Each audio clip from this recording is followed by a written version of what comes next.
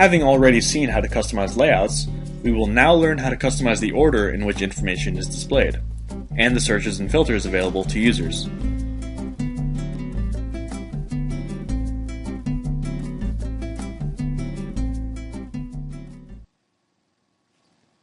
On the list of real estate properties, we can see that the information displayed is sorted by property name.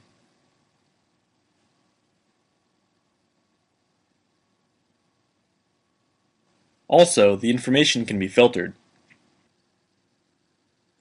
by date, within a range,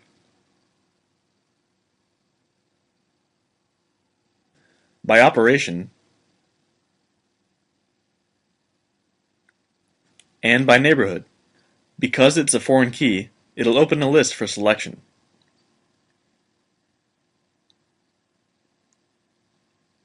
We will later see the attributes for the search.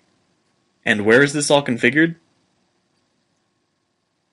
In the conditions section of the pattern instance.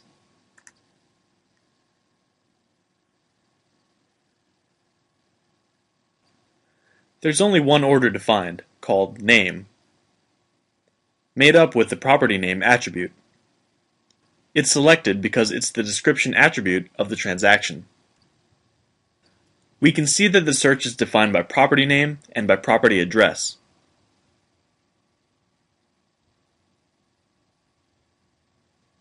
So I can filter by address.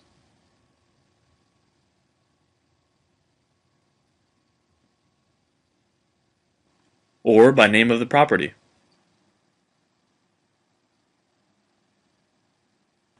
Under Advanced Search, we can see the attributes by which we could filter. All of this is customizable. For example, if we want the user to be able to choose between sorting the real estate properties by name or by neighborhood, then we must add a new order.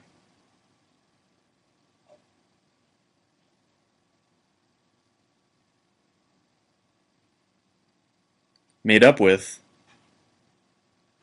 neighborhood name. We now apply the change, F5.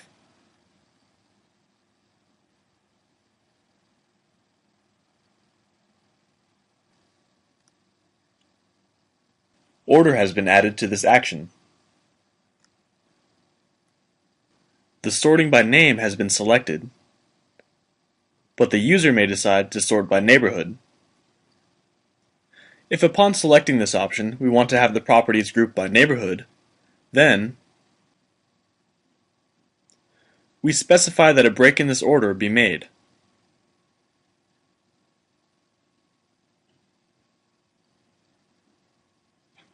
By the order attribute.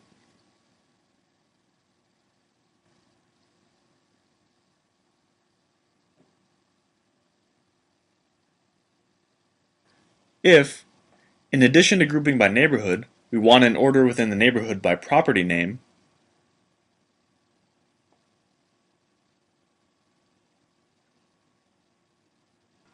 an important thing to note here is the order in which these attributes appear on the list. Ordering by neighborhood and by name within the neighborhood is not the same as the other way around. We still have to indicate that we want the grouping to be done only from the first attribute of the order to the attribute, neighborhood. In this case, it's the same one. We now see that it's been ordered within neighborhoods.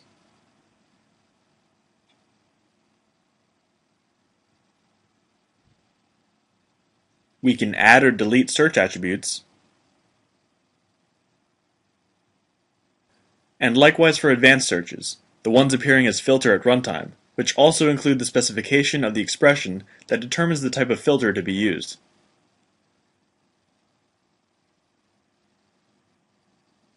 These internal variables correspond to the controls that are presented for the user to enter values.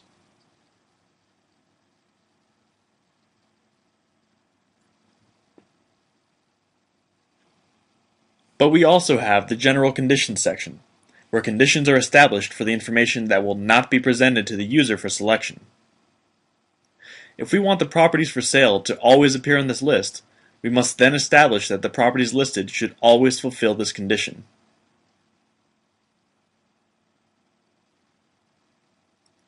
in addition to the others selected by the user through the search and advanced search.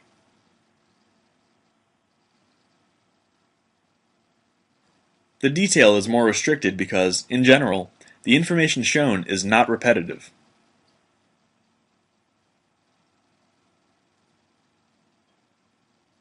Now, do you want to program behavior? To be continued.